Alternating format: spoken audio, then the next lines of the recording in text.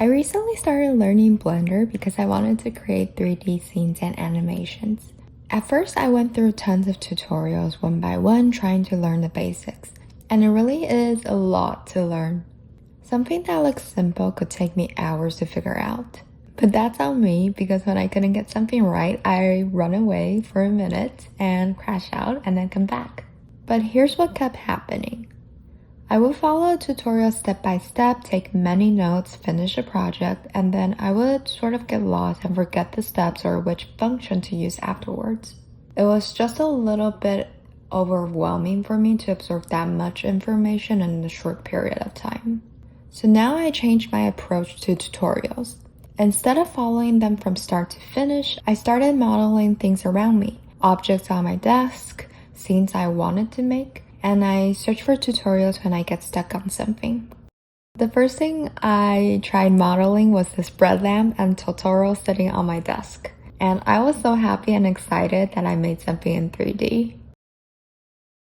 My next project was hydrangeas. I really like these round-shaped flowers and vibrant colors, so I wanted to make one. I looked up tutorials on how to make a flower. This was my first time trying geometry nodes and UV mapping. Not gonna lie, this took me so long, especially the geometry nodes. The whole time I was just like, what am I doing? Why is this?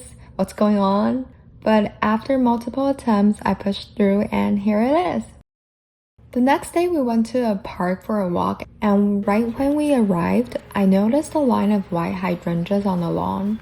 It was so pretty and it immediately inspired me to make a scene of a picnic by the hydrangeas. So I got home and started building.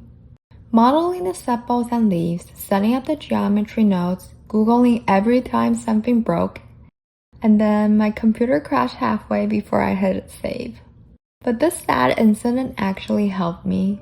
I rebuilt the entire thing from scratch, and this time I was faster.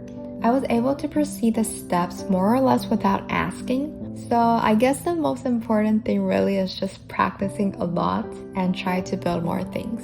When I finished the scene and added the camera movement, watching it turn into an actual video, it felt so cool. There's still so much to learn, but I'm really happy and excited to start my next project.